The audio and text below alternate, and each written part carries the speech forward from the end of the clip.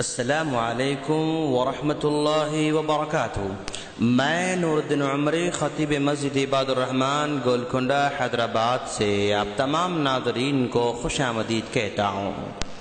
دوستو، دین اسلام فطری دین ہے، سیدھا سادہ ہے اور بہت ہی آسان بھی ہے، لیکن افسوس صد افسوس کہ بعض نام نہاد ملاؤں نے اس اسلام کے صاف و شفاف و چشمے کو بدعات کے ذریعے گدلا اور گندا کر رکھا ہے۔ کوئی اسلامی مہینہ ایسا نہیں ہے جس میں خود ساختہ عبادات، بے ڈھنگے معاملات اور بدعات رائج نہ ہوں، مگر ماہ رجب تو مظلوم مہینہ ہے کہ جس میں بدعات کی کثرت اور بھرمار ہے۔ رجب کا مطلب کیا ہے؟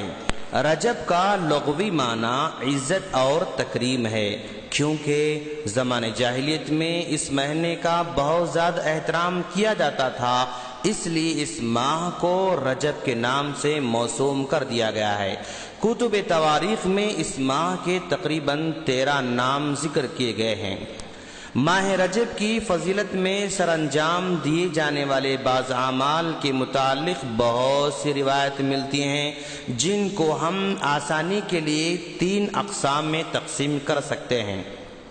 نمبر 1 احادیث صحیحہ، نمبر 2 احادیث ضعیفہ، اور نمبر 3 من گھڑت احادیث، جس کو احادیث موضوعہ کہا جاتا ہے۔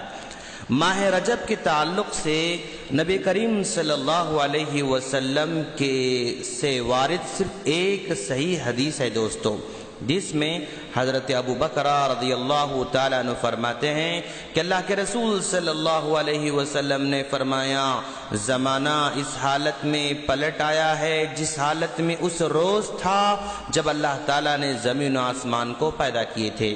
سال میں 12 مہینے ہیں، ان میں سے 4 حرمت والے ہیں، وہ بھی 3 لگاتار ہیں، ذوالقعدہ، ذوالحجہ، محرم، اور چوتھا رجب ہے جو جمادی الثانی اور شعبان کے درمیان میں آتا ہے۔ یہ ابو داؤد کی روایت ہے۔ اس صحیح حدیث سے معلوم ہو رہا ہے کہ ماہ رجب حرمت والا مہینہ ہے۔ اس کے علاوہ ماہ رجب کے بارے میں کوئی صحیح حدیث موجود نہیں ہے۔ چلیے ہم دیکھتے ہیں ماہ رجب کے تعلق سے کیا کیا ضعیف حدیثیں لوگوں میں مشہور ہیں۔ نمبر 1، نبی کریم صلی اللہ علیہ وسلم نے فرمایا، جنت میں رجب نامی ایک نہر ہے جس کا پانی دودھ سے زیادہ سفید اور شہد سے زیادہ شیرین ہے۔ جو آدمی ماہ رجب میں 1 دن روزہ رکھے گا، اللہ تعالیٰ اس آدمی کو اس نہر سے پانی عطا فرمائے گا۔ دوستو، ابن جوزی رحمہ اللہ نے کہا ہے یہ روایت مکمل ضعیف ہے۔ اسی طرح ایک بہت ہی مشہور اور معروف روایت جو کہ احمد کی ہے، حضرت انس بن مالک رضی اللہ تعالیٰ عنہ کہتے ہیں کہ اللہ کے رسول صلی اللہ علیہ وسلم ماہ رجب کے آغاز میں یہ دعا مانگتے تھے، اے اللہ ہمارے لیے ماہ رجب و شعبان کو بابرکت بنا اور ہمیں ماہ رمضان تک تو زندہ رکھنا۔ ناظرین، یہ حدیث بھی بہت زیادہ سخت درجے کی ضعیف ہے۔ یہی روایت لوگوں کے اندر بہت زیادہ ہے اور ہر جگہ اسی روایت کو پھیلایا جا رہا ہے جو کہ مکمل ضعیف روایت ہے۔ اسی طرح اور ایک حدیث نبی کریم صلی اللہ علیہ وسلم نے فرمایا کہ رمضان المبارک کے بعد ماہ رجب و شعبان کے علاوہ کسی مہینے میں مکمل روزے رکھتے ہوئے نہیں دیکھا۔ تو گویا اس حدیث بتایا جا رہا ہے کہ رجب کے مہینے میں اللہ کے رسول صلی اللہ علیہ وسلم کثرت سے روزہ رکھا کرتے تھے۔ یہ حدیث بھی حد درجے ضعیف روایت ہے دوستو۔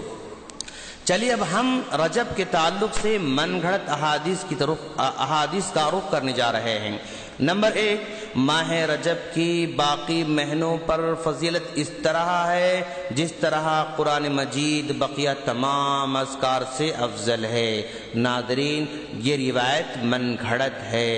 دوسری روایت یہ بیان کی جاتی ہے، رجب کا مہینہ اللہ کا ہے، شعبان کا مہینہ میرا ہے، رمضان کا مہینہ میری امت کا ہے۔ تو ناظرین یہ حدیث بھی مکمل طور پر من گھڑت ہے۔ ایک روایت بیان کی جاتی ہے کہ رجب اللہ کا مہینہ ہے، جس نے اس مہینے میں روزہ رکھا اس کے لیے اللہ کی خوشنودی واجب ہو جاتی ہے۔ ناظرین یہ روایت من گھڑت ہے۔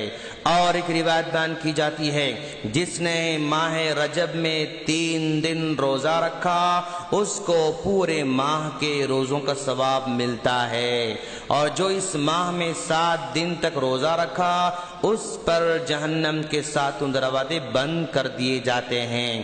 ناظرین یہ حدیث بھی من گھڑت ہے، موضوع ہے۔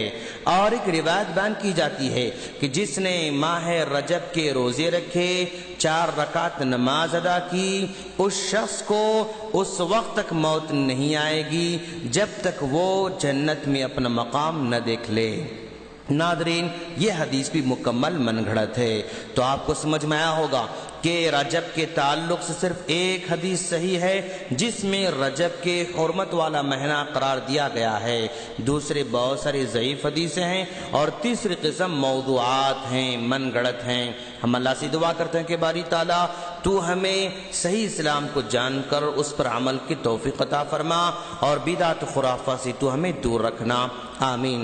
دوستو اگر آپ کو ہمارے آڈیوز اور ویڈیوز ڈائریکٹ چاہیے تو ہمارے اس نمبر پر ریکویسٹ بھیجیں 009193913839 السلام علیکم ورحمۃ اللہ وبرکاتہ۔